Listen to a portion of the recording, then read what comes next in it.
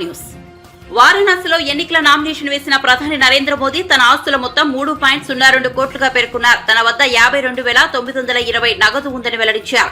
అయితే భూమి, కారు, ఇల్లు వంటి స్థిరాస్తులేవీ లేవని తన అఫిడవిట్ లో పేర్కొన్నారు. మునుపటి ఎన్నికల అఫిడవిట్ తో పోలిస్తే పన్ను పరిధిలోకి వచ్చే ఆదాయం ఈసారి రెట్టింపైంది. 2018-19లో ఈ ఆదాయం 11 లక్షలు కాగా 2022-23లో అది 23.5 లక్షలకు చేరుకుంది. ఇక ప్రధానికి సాంప్రదాయక పెట్టుబడి సాధనాలపైనే మక్కువని కూడా ఈ అఫిడవిట్ లో తెలిసింది. 2.85 కోట్లను ఎస్బీఐలో ఎఫ్డీ చేశారు. మరో 9.12 లక్షలను నేషనల్ సేవింగ్ సర్టిఫికెట్ లో పెట్టుబడి పెట్టారు. ప్రభుత్వ పెట్టుబడి పథకమైన ఎస్ఎస్టీతో ఏటా 7.7% వార్షిక వడ్డీ లభిస్తోంది. ఇందులో పెట్టుబడులకు సెక్షన్ 80C కింద మినహాయింపులు కూడా ఉన్నాయి.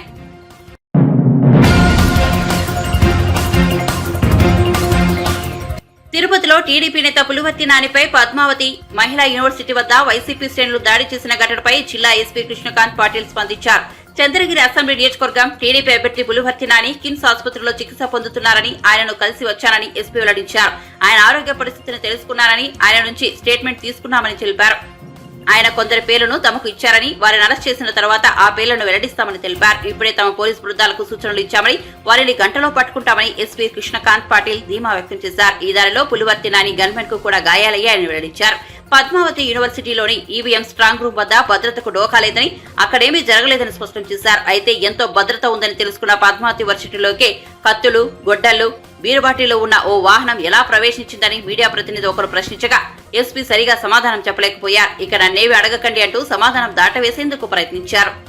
ఇప్పుడే మన ఎమ్మెల్యే కంటెస్టెంట్ క్యాండిడేట్ స్విమ్స్ హాస్పిటల్లో ఉంటే నేను వెళ్ళి విజిట్ చేయడం జరిగింది. ఆయన హెల్త్ ఎలా ఉందో వెరిఫై చేయడం జరిగింది.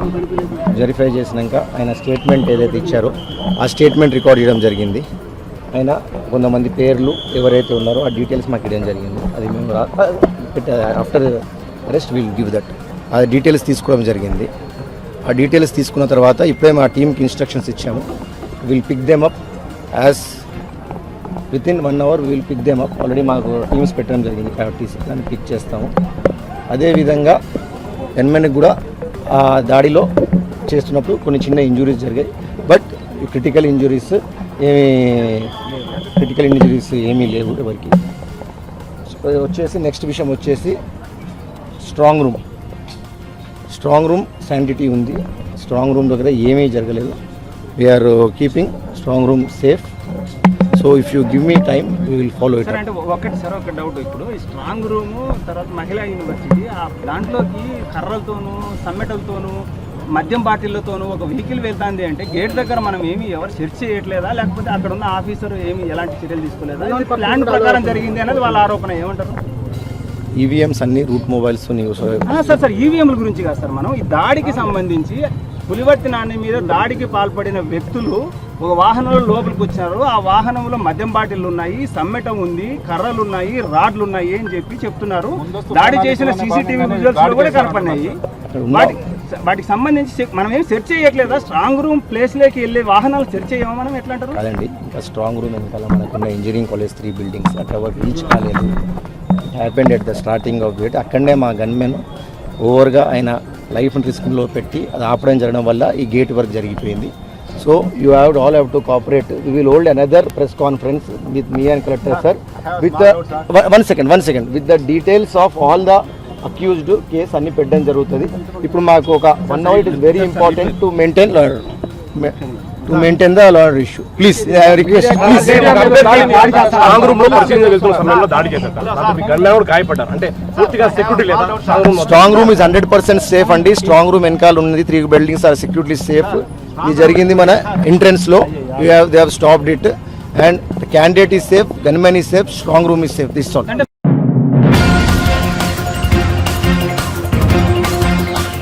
వైఎస్ఆర్సీపీ నాయకులు దాడులు చేసినా ప్రజలు భయపడకుండా ఓటేయడానికి ముందుకు వచ్చారని టీడీపీ పొలిట్ బ్యూరో సభ్యుడు వల్లరామయ్య హర్షం వ్యక్తం చేశారు. దాడులతో పాటు అనేక విధాలుగా ఆటంకాలు, ప్రలోభాలకు గురి చేసినా వారు మనోనిబ్బరంతో ఓటేయడం అభినందనీయమని కొనియాడారు. టీడీపీ కేంద్ర కార్యాలయంలో ఎన్డీఏ కూటమి నేతలు, టీడీపీ నేత వల్లరామయ్య, బీజేపీ అధికార ప్రతినిధి లంకా దినకర్, జనసేన నాయకుడు చిల్లపల్లి శ్రీనివాసరావు మంగళవారం విలేకరులతో మాట్లాడారు. రాష్ట్రంలో సోమవారం జరిగిన ప్రజాస్వామ్య యుద్ధంలో రాక్షస పాలనకు స్వస్తి పలకాలని ప్రజలు తండోపతండాలుగా తరలివచ్చారు. ప్రజాస్వామ్యాన్ని కాపాడి రాజ్యాంగాన్ని రక్షించేందుకు ఓటర్లు ఉదయం నుంచే పోలింగ్ కేంద్రాల్లో నిలబడ్డారు. ఎన్ని ఆటంకాలు సృష్టించినా మొక్కువని దిశతో ఓటు హక్కు వినియోగించుకున్న ఓటర్లకు కూటమి తరపున కృతజ్ఞతలు తెలిపారు. ప్రజా వ్యతిరేకంగా ఉన్న ప్రభుత్వాన్ని పడగొట్టేందుకు బయటకు రావడం గర్వకారణమన్నారు. కూటమికి అండగా ఉన్న ప్రజలందరికీ ధన్యవాదాలు అని వల్లరామయ్య పేర్కొన్నారు. ఈ కూటమి తరపున నిన్న ప్రజాస్వామ్యాన్ని కాపాడటం కోసం, రాజ్యాంగాన్ని రక్షించుకోవటం కోసం, ధర్మాన్ని 4 పాదాల నడిచే విధంగా చూడటం కోసం, అన్యాయాన్ని ఎదిరించటం కోసం ఓటర్ మహాశయులందరూ కూడా తండోపతండాలుగా, నేను 7:15కి పామర్రుకి వెళ్తే పెద్ద క్యూలు ఉన్నారు అక్కడే. అంటే ఏ రకంగా ఓటర్ మహాశయులు చైతన్యవంతులైనారు, ఉత్తేజితులైనారు, ఈ మహాయజ్ఞంలో పాలు పంచుకోవాలని నిర్ణయం తీసుకున్నారనేది అర్థమైంది. అందుకే మీ అందరికి కూడా కూటమి తరఫున చేతులెత్తి నమస్కారం చేయాలనే ఉద్దేశంతో ఈ రోజున మా 3 పార్టీలు మీ ముందుకు వచ్చి మీకు కృతజ్ఞతలు తెలియజేస్తున్నాం. ఆశ పెట్టారు, ఆశపడలేదు. మీరు ప్రలోభ పెట్టారు, ప్రలోభ పడలేదు. మీరు భయపెట్టారు, మిమ్మల్ని భయపడలేదు. మీరు కర్రలతో కొట్టారు మిమ్మల్ని, అయినా క్యూలో నుంచి బయటకు వెళ్ళలేదు. రాళ్ళు విసిరారు మీ మీద, రక్తం కారుతుంది మీకు, అయినా కూడా క్యూలు వదిలి వెళ్లకుండా ఓటు అక్కడ వేసి ఓటనే ఆయుధంతో వాళ్లకు బుద్ధి చెప్పేంత వరకు కూడా మీరు అంత మనోనిశ్చలతోటి, మనోనిబ్బరంతో, బాధలను కూడా దిగమింగి మీరు ఉన్న విధానం బహుదా ప్రశంసనీయం అని చెప్పి కూడా మేము తెలియజేస్తూ మీ అందరికి కూడా కృతజ్ఞతలు చెప్పాలి, మీ అందరిని కూడా అభినందించాలి. అంటే ప్రజాస్వామ్యాన్ని కాపాడటం కోసం ఇంకా ప్రజలందరూ కూడా, ఓటర్లందరూ కూడా ఏ రకంగా సమాయత్తమయ్యారు, ఏ రకంగా వారు బయటకు వచ్చారు, ప్రజా వ్యతిరేకత ఉన్న ఒక ప్రభుత్వాన్ని ధర్మం వైపు నిలబడి మంచి విజయాన్ని సాధించే దిశగా మీరంతా నిలబడినందుకు ప్రత్యేకంగా మీ అందరికీ కూడా ప్రత్యేక ధన్యవాదాలు చెప్తా ఉన్నాం. దేనికంటే ఒక అరాచక పాలనని ముగింపు పలకటానికి ఏదైతే Telugu Desam party, Janasena party, BJP party పొత్తు పెట్టుకొని ఒక ఎన్డీఏ గవర్నమెంట్ ఫామ్ చేసే దిశగా ఈ రోజున ఆంధ్ర రాష్ట్రంలో వెళ్తూ ఉందో దానికి మీరు లక్షలాది మంది, కోట్లాది మంది మీరు ఒక మద్దతు తెలపటం నిన్న జరిగిన ఓటింగే నిదర్శనం. దేనికంటే మంగళగిరిలో నేను ఉదయం 7 గంటలకు వెళ్తే ఇందాక రామయ్యన్న చెప్పినట్లు 7 గంటలకే బారులు తీరున్నారు. ఈవీఎంలు ఇంకా సెట్ కూడా చేసుకోకుండా వాళ్ళు ఇంకా పెట్టండి అని చెప్పి ప్రజల నుంచి ఎంత ఇదిగా వాళ్ళ రిక్వెస్ట్లు వచ్చినాయంటే 2 గంటలు, 3 గంటలు, 5 గంటలు కూడా నిలబడి ఓటింగ్ చేసిన పరిస్థితి. ఇంత ఉత్తేజంగా నిన్న కొన్ని చోట్ల గొడవలు సృష్టించినా కానీ కావాలని 4-5 ఆ టైంలో ఓటింగ్ పెరిగిపోతుంది, పర్సంటేజ్ పెరిగిపోతుంది, ఎక్కడో ఇదైపోతామని చెప్పి వాళ్ళు విచక్షణ కోల్పోయి ప్రవర్తించినా కానీ ఓట్లు మీరంతా కూడా నిలబడి ఓటు వేసినందుకు ఒక మంచి వైపు, ధర్మాన్ని వైపు మీరు చేయటం నిజంగా మా చాలా సంతోషం అనిపించింది. అందుకే ప్రత్యేకంగా మీకు ధన్యవాదాలు చెప్తా ఉన్నాం. అలాగే మా పార్టీ తరఫున కార్యకర్తలు, నాయకులు, అలాగే తెలుగుదేశం పార్టీ తరఫున కార్యకర్తలు, నాయకులు, అలాగే బీజేపీ తరఫున కార్యకర్తల, నాయకులు కూడా అసలు ఉమ్మడిగా ఎక్కడా కూడా ఎటువంటి ఇది లేకుండా కలిసిమెలిసి రాష్ట్రంలో ఒక మంచి వైపు ప్రయాణించాలని చెప్పి మా నాయకులు, కార్యకర్తలు అంతా కూడా నిలబడినందుకు వారికి కూడా ఈ సభాముఖంగా వారికి కూడా ప్రత్యేక ధన్యవాదాలు తెలుపుతాను. Thank you. బీజేపీ నుంచి పెద్దలు, సీనియర్ నాయకులు శ్రీ దినకర్ గారు. ప్రింట్ అండ్ ఎలక్ట్రానిక్ మీడియా మిత్రులకి నమస్కారాలు తెలియజేస్తూ, నిన్న జరిగినటువంటి ఎన్నికలు, అసెంబ్లీ మరియు పార్లమెంట్ ఎన్నికల్లో యావత్ ఆంధ్రప్రదేశ్లో యువకులు, యువతులు, స్త్రీలు, పురుషులు అన్ని వర్గాలకి చెందిన అన్ని ప్రాంతాల్లో ఉండేటటువంటి ప్రజలందరూ కూడా ఏకోన్ముఖంగా 83-84% మధ్యలో వరకు వచ్చేటటువంటి పరిస్థితి చివరి లెక్కలు రాబోతున్నాయి. ఎలక్షన్ కమిషన్ వారు గారు ప్రకటించబోతున్నారు.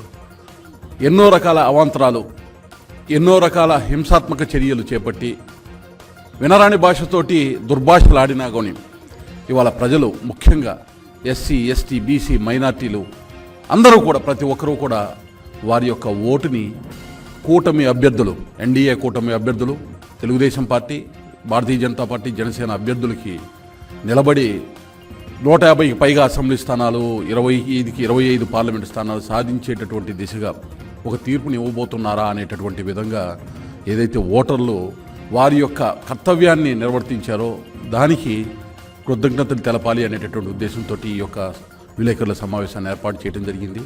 ముఖ్యంగా తెలుగుదేశం పార్టీ, జనసేన పార్టీ మిత్రపక్షాలతో కలిసి భారతీయ జనతా పార్టీ కార్యకర్తలు, నాయకులు ఈ గడిచిన 45 రోజులు 50 రోజులుగా ఎంతో సమన్వయంతో ప్రజల దగ్గరికి వెళ్ళటం, ప్రజలు ఆశీర్వదించిన తీరు, వికసిత భారత్, వికసిత ఆంధ్రప్రదేశ్ కావాలంటే డబుల్ ఇంజిన్ సర్కార్ కావాలి అని మోడీ గారు చాటినటువంటి స్ఫూర్తిని తూచా తప్పకుండా ఇవాళ ఓటరు ఆంధ్రప్రదేశ్లో పాటించారు.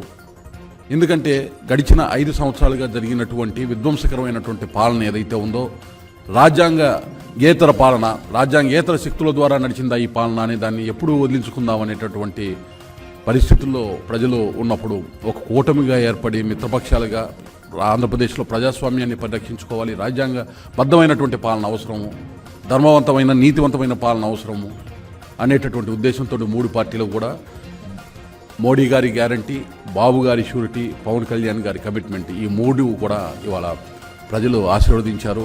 ఇంత పెద్ద ఎత్తున మా 3 పార్టీలని ఆదరించినటువంటి ఓటర్ మహాశయులందరికీ, అలాగే ప్రజలందరికీ కూడా కృతజ్ఞతలు తెలపాలి, ఇది మా బాధ్యత అనేటటువంటి భావంతో మేము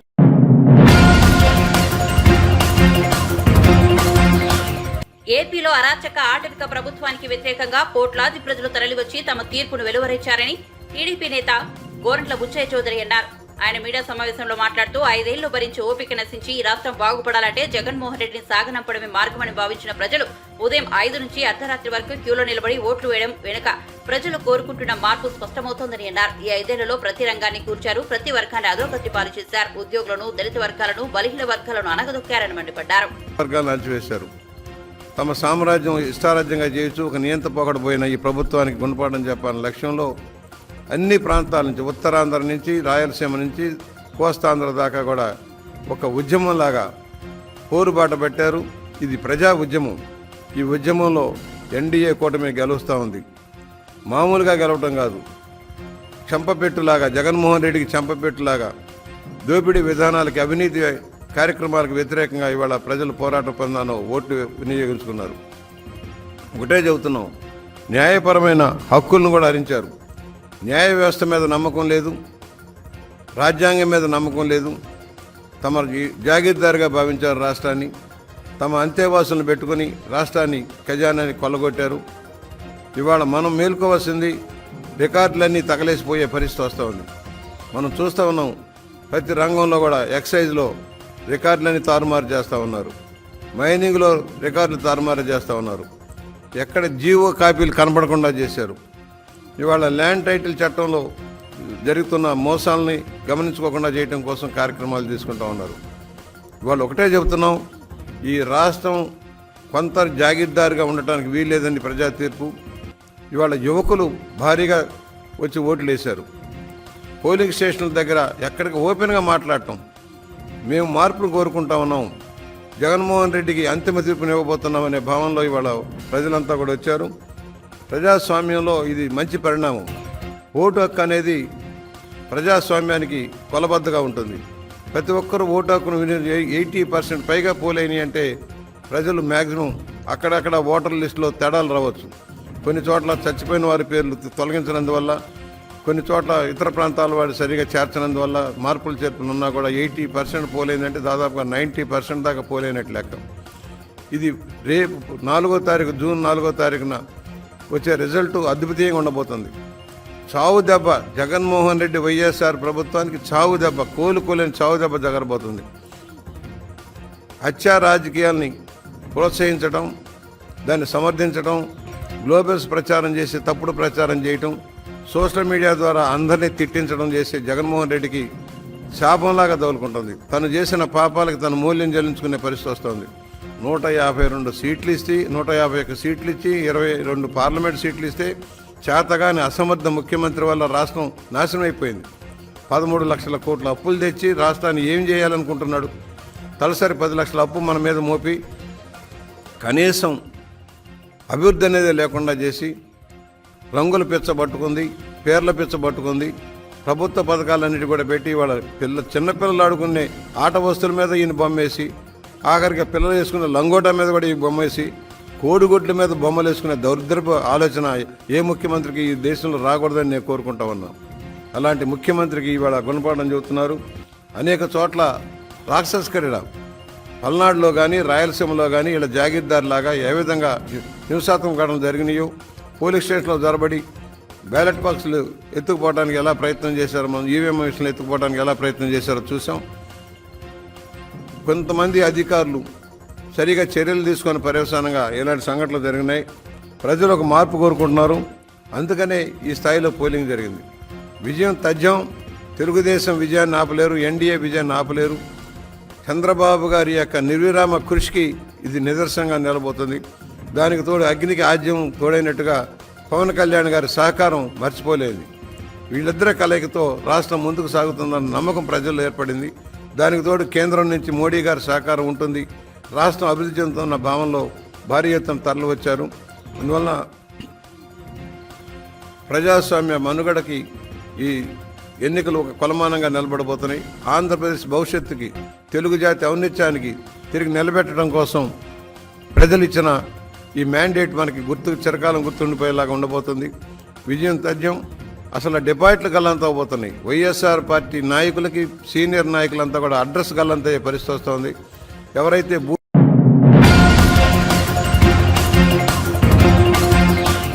ఏపీలో జరిగిన ఎన్నికల సరళిని పరిశీలిస్తే టీడీపీకి 23 సీట్లు కూడా రావని మంత్రి బొత్స సత్యనారాయణ పేర్కొన్నారు. ఏర్పాటు చేసిన మీడియా సమావేశంలో ఆయన మాట్లాడారు. పోలింగ్ ప్రారంభం నుంచి రాత్రి వరకు మహిళలు పెద్ద సంఖ్యలో పోలింగ్ కేంద్రాలకు తరలివచ్చి ఓటుతో వైసీపీకి మద్దతు తెలిపిందని ఆయన పేర్కొన్నారు. రాష్ట్ర వ్యాప్తంగా ఫ్యాన్ గాలి బలంగా వీచిందని వెల్లడించారు. ల్యాండ్ యాక్ట్పై టీడీపీ చేసిన ప్రచారాలను రైతులు నమ్మలేదన్నారు. పార్టీ అధ్యక్షుడు ఆదేశాల మేరకు పలు జిల్లాల్లో కూటమి దౌర్జన్యాలకు పాల్పడితే వైసీపీ సంయమనం పాటించిందని వివరించారు. ఓటమి భయంతో వైసీపీ మీద టీడీపీ దాడులకు తెగబడుతోందని ఆరోపించారు. విశాఖలో జగన్ సీఎంగా పండుగ లాంటి వాతావరణంలో ప్రమాణ స్వీకారం చేస్తారని తెలిపారు.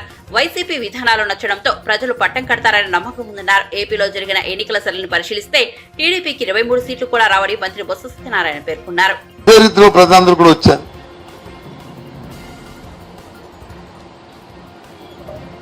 తప్పకుండా ఏదైతే నిన్న ఇంత పెద్ద ఎత్తున వచ్చి ప్రభుత్వం 4వ తారీఖున జూన్ 4ని లెక్కింపు అవుద్ది. ఆ డేట్ కూడా ఇంకా రేపు 2 అనౌన్స్ చేస్తాం.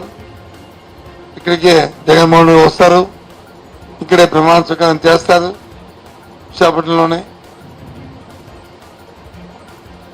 కన్నుల పండుగ ఏదైతే ఆకాంక్షలు ఉన్నాయో ఆకాంక్షలను నెరవేర్చడమే కాకుండా ఏవైతే ప్రభుత్వంలో రిఫార్మ్స్ ఉన్నాయో దాన్ని కొనసాగిస్తూ అటు విద్యలో కానీ వైద్యంలో కానీ దాంతోపాటు అభివృద్ధి కార్యక్రమాలని ముఖ్యంగా విశాఖ విజన్ ఏదైతుందో విజన్ అచీవ్ చేస్తూ ఉద్యోగ అవకాశాలు ఇస్తూ జూన్ 4 నుంచి ఆ ప్రక్రియ ప్రారంభమవుతుంది. ముఖ్యంగా ఇందులో పాల్గొన్న ఈ ఎన్నికల్లో ఎన్నో ఒడిదుడుకు పాల్గొని ఎన్నో ఇబ్బందులకు ఓర్చి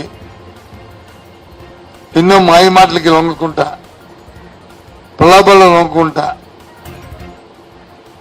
ఉన్న మా పార్టీ కార్యకర్తలు, మా నాయకులు, అలాగే ఓటర్ సోదరులు సోదరిమణులు అందరికీ కూడా వ్యక్తిగతంగా పార్టీ పరంగా నేను కృతజ్ఞతలు తెలియజేస్తున్నా.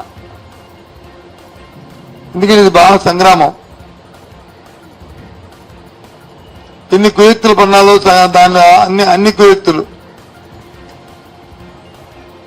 అన్ని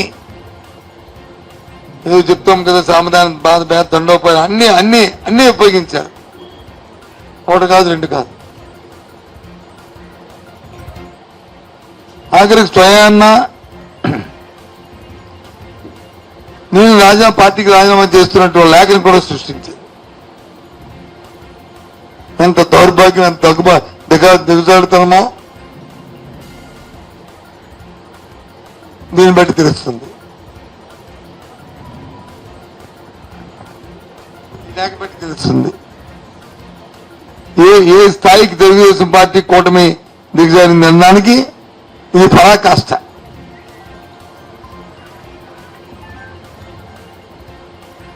ఇది ఒక మచ్చుతున్నది. ఇలాంటివి ఇది ఒక ఇదో విషయం. అంటే ఏదైనా ఏదో విధంగా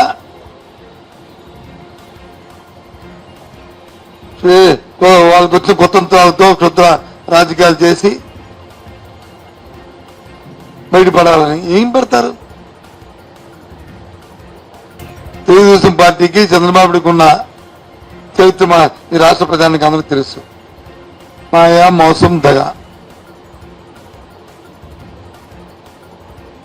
అలాగే రాజశేఖర రెడ్డి గారికి, జగన్మోహన్ రెడ్డికి తెలుసు. ఏదైనా చెప్తుంది చేస్తారు, చేసింది చెప్తారు. రైతు పెట్టేవాడిగా ఉండాలి కానీ చేయి పట్టేవాడిగా ఉండకూడదు, చేయి పెట్టేవాడిగా ఉండాలని నానుడిని విశ్లేషిస్తారు. పేదవాడు కానీ ఉన్నాడంటే వాడికి చేయూత ఇవ్వాలి. పేదవాడిగా ఉండకూడదు. రైతు కూలీగా ఉండకూడదు. వాళ్ళు డాక్టర్, ఇంజనీర్ అవ్వాలి అని నమ్మిన వాళ్ళు. కూలీగా ఉండకంటే కూలి కూడా పెద్దవాడు అవ్వాలి, కార్పొరేట్ అవ్వాలని నమ్మిన వ్యక్తులు వీరు. ఆ విధంగా నమ్మారు కాబట్టి, ఆ విధమైన మేనిఫెస్టోని ఇచ్చారు కాబట్టి మా ఏం చెప్పకుండా 5 సంవత్సరాలు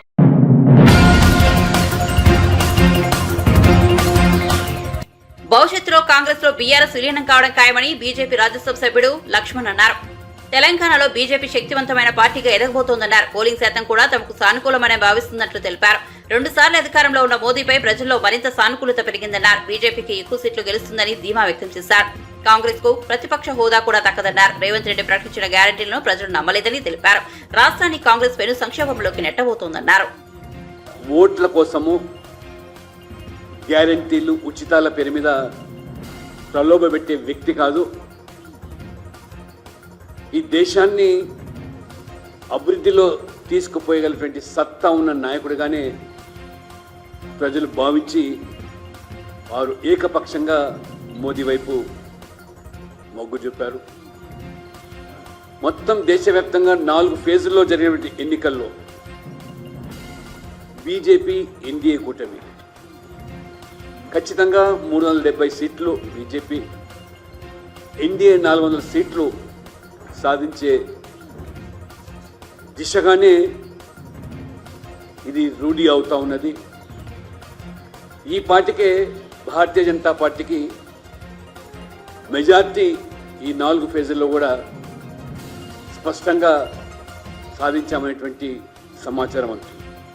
కాంగ్రెస్ పార్టీకి ప్రతిపక్ష హోదా కూడా దక్కలేని పరిస్థితి మళ్ళీ నిర్మాణం కావడం. రాష్ట్రంలో కూడా రేవంత్ రెడ్డి గారు నీళ్ళ విడిచి సాము చేసిన ప్రజలు ఉచితాలను, గ్యారెంటీలను నమ్మలేదు. రైతుల రుణమాఫీ డిసెంబర్ 9 అని చెప్పి ఆగస్టుకు వాయిదా వేసి అన్ని దేవుళ్ళ మీద ఒట్లు పెట్టిన ప్రజలు దాన్ని పరిగణలోకి తీసుకోలేదు. అల్లవిగాని హామీలు ఇస్తున్నాడని ఈ రాష్ట్రం పూర్తిగా మరి అప్పుల ఊబిలోకి నెట్టబడి ఉన్నటువంటి విషయాన్ని తెలుసుకొని కూడా మరి ఇచ్చిన హామీలు ఏ రకంగా అమలు చేస్తారనే దాని మీద ఎక్కడ కూడా స్పష్టత లేదు. ఈ 6 గ్యారెంటీలు అమలు కావాలంటే 2 లక్షల కోట్లు. అంటే అప్పుల మీద అప్పులు చేసి అప్పుల మీద వడ్డీ కట్టడానికే ఇవాళ కొత్తగా అప్పులు ఈ ప్రభుత్వం యోజన చేస్తుంది తప్పితే అప్పు తెస్తే కానీ జీతాలు ఇవ్వలేని దుస్థితి ఈ రాష్ట్రంలో. ఆనాడు కేసీఆర్ గారు అప్పు చేసి పప్పుకూడు చందంగా వ్యవహరిస్తే ఇప్పుడు రేవంత్ రెడ్డి గారు కూడా అదే బాటలో నడుస్తూ ప్రభుత్వం ఏర్పడిన 5 నెలల్లోనే 16,000 కోట్లు అప్పులు చేసి ఈ రాష్ట్రాన్ని అప్పుల కుప్పగా మార్చి కాంగ్రెస్ అసలు ఈ రాష్ట్రాన్ని ఏమి చేయదలుచుకున్నదో, కొత్తగా ఏర్పడిన రాష్ట్రము తెలంగాణ రాష్ట్రం ఏర్పడితే మరి గుజరాత్తో పోటీ పడేటువంటి అవకాశాలు ఉన్నప్పటికీ కూడా వీళ్ళ యొక్క అనాలోచితమైనటువంటి చర్యల వల్ల కేవలం ఓట్ల కోసం ఈ తెలంగాణ రాష్ట్ర అభివృద్ధిని పన్నంగా పెట్టి రాష్ట్ర ఆర్థిక వ్యవస్థను బలోపేతం చేయకుండా దానికి కావాల్సినటువంటి నిర్ణయాలు ఏమీ తీసుకోకుండా ఖజానాపై భారం పడే విధంగా అప్పులు పెరిగేలా నిర్ణయాలు తీసుకుంటారు. రాష్ట్రాన్ని కాంగ్రెస్ పార్టీ పెను సంక్షోభంలోకి ప్రమాదంలోకి నెట్టబోతా ఉన్నది. పూర్తిగా అభివృద్ధిని పనంగా పెట్టేసి వీళ్ళ యొక్క నిర్వాహకం వల్ల ప్రాజెక్టులు కానీ సంక్షేమ కార్యక్రమాలు కానీ నిధులు కల్పించలేని దుస్థితి ఇవాళ స్పష్టంగా మనం చూస్తా ఉన్నాం. విద్యుత్ కోత ఈ పాటికే ఈ 5 నెలల పాలనలోనే ప్రజలు చవి చూస్తూ ఉన్నారు. మరోవైపు నీటి కొరత, అదే రకంగా సాగునీటి రంగాలపై ఒక స్పష్టత లేకపోవడం, సాగునీటి ప్రాజెక్టుల విషయంలో కూడా అవినీతి గురించి మాట్లాడిన కాళేశ్వరం మీద ఇంతవరకు మరి ఎటువంటి చర్యలపైన ముందడుగు వేయకపోవడం, ధరణి మీద చేసినటువంటి మీ యొక్క మరి ఆరోపణలు ఆ ధరణి సమస్యలు పరిష్కారం చేసేదానికి కూడా ఒక్క అడుగు కూడా ఆ దిశలో ముందుకు వేయకపోగా పైపెచ్చు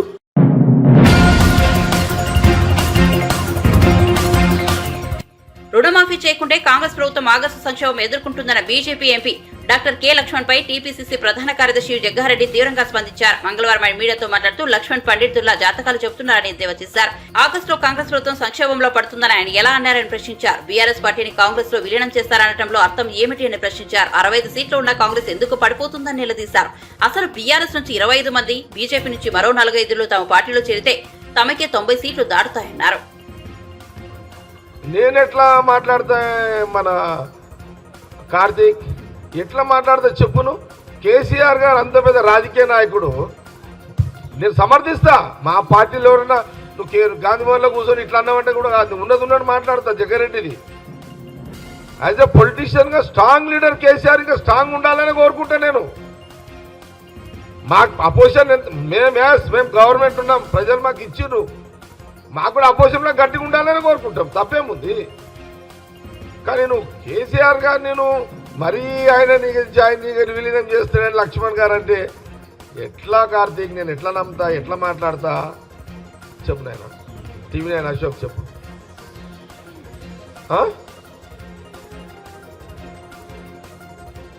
నేనేమంటున్నా, నాతో టచ్లో ఉన్నారు కొందరు, కానీ వాళ్ళు మనసు మార్చుకొని వస్తేనే కదా, మనసు మార్చుకొని వచ్చే అవకాశం ఉంటుంది అని నేను బీజేపీ వాళ్ళకి చెప్తున్నా. మేమేమి మాకు సేఫ్ జోన్లో ఉన్నాము, 101% సేఫ్ జోన్లో ఉన్నాము అనే దాని మీద క్లారిటీ ఇస్తున్నా. ఆయన కన్ఫ్యూజ్ స్టేట్మెంట్ లక్ష్మణ్ గారు ఇచ్చారు కదా, దానికి క్లారిటీ స్టేట్మెంట్, కన్ఫ్యూజ్ కావద్దు ఎవరు కూడా అనేది లెక్క ప్రకారం చెప్తున్నా.